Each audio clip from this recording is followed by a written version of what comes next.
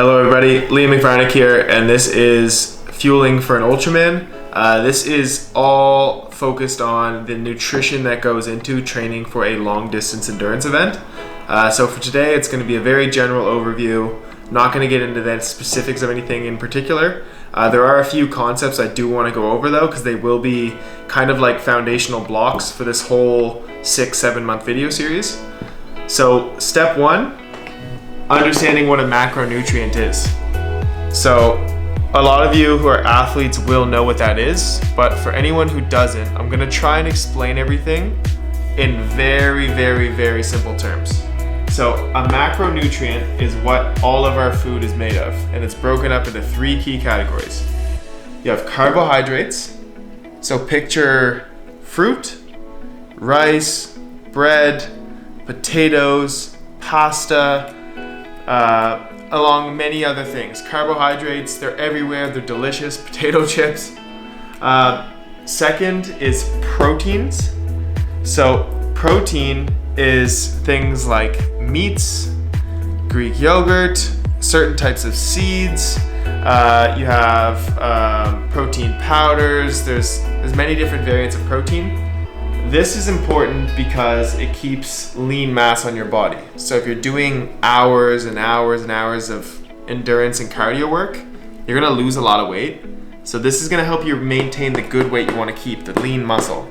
If you're someone who's aging or you're 50, 60, 70 years old, you need a high protein diet so your body doesn't atrophy and start to get rid of its own muscle.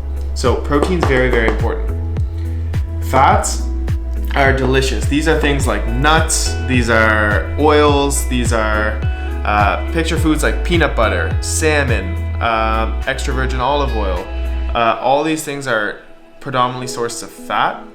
Even eggs, the yolks in an egg, fat. The egg whites, protein, the yolks, fat. And then carbohydrates, the reason these are first is because as an endurance athlete, picture carbohydrates as like the gasoline in your car. Your engine, if you want to use your car to the maximum of its ability, it needs the right fuel. And the human body, we're biased towards this. We love carbohydrates. So if you need quick, efficient fuel, carbs is where we're going to go.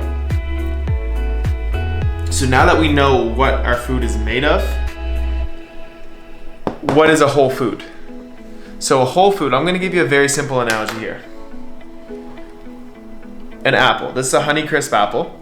So this is in its whole state, meaning humans have done very little to modify this. Now this apple's huge, so it might be genetically modified, but it has not been changed or altered. This is just a natural apple. So this classifies as a whole food.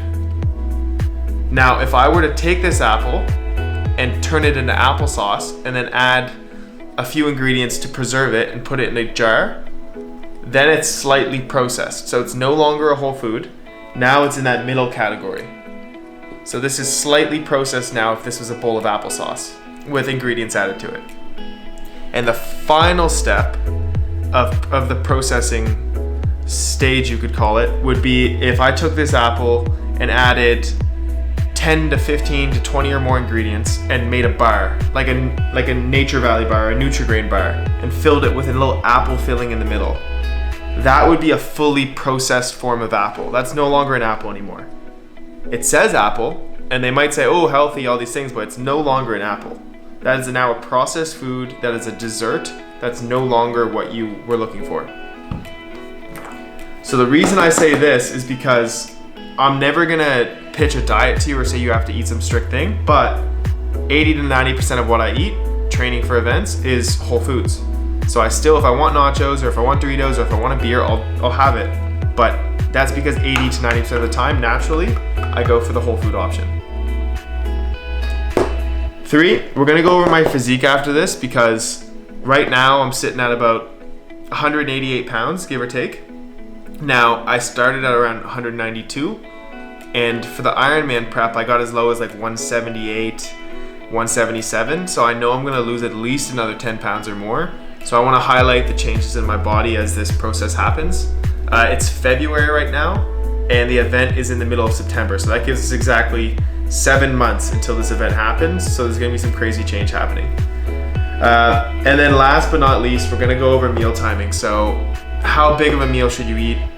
When should you eat it? How much carbs should be in that meal if you want to train for it and have the best workout possible? If you want to lose weight, when should you eat a big salad versus when should you carb up? These are all things I want to discuss with you guys. It might not be today, but today I will show you an example of a pre-workout meal I would eat to give you a little bit of an idea. So let's get into it, and I'll start with showing you guys the food. Alright guys, so today's body composition check-in will be pretty small because I did mine with my coach 2 days ago. But right now I'm hovering at about 188 pounds.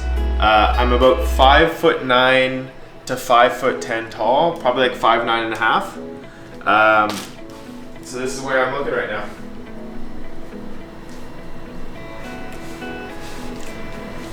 Honestly, I expect that in the next 7 months, my body fat percentage will go down. My muscle mass will also go down. So I think I'll lose a lot of this stuff.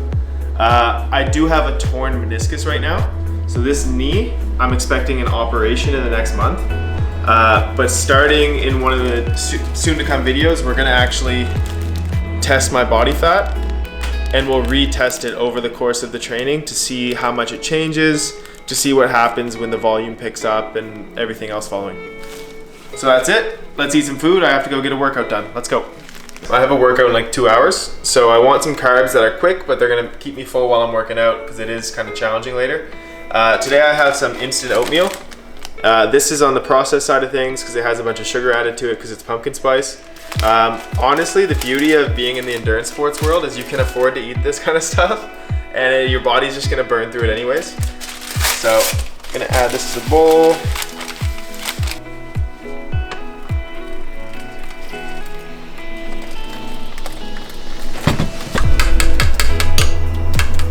Now, for future reference, if I wanted to make this a little bit more balanced and add some protein to it, all I would have to do is grab some protein powder. So for example, like any of these, and then I could just add a scoop in there and mix it around, and then it'll have 25 grams of protein as well. For right now, I'm gonna go work out. I'm gonna get my protein in after. I had a meal earlier with protein. So this is fine for me for now, but just know for future recipes, I'll add protein powder to quite a bit of foods. Top it off with some wild Nova Scotian blueberries. All right guys, so I'm gonna eat this now and I'm gonna go train, and then next week what we're gonna go over is how to grocery shop, what kind of foods I look for, how shopping with a Whole Foods kind of system works, and I'm gonna introduce you to a system that I learned as a nutrition coach to help guide my decisions when it comes to food. Until next time, we'll see you there.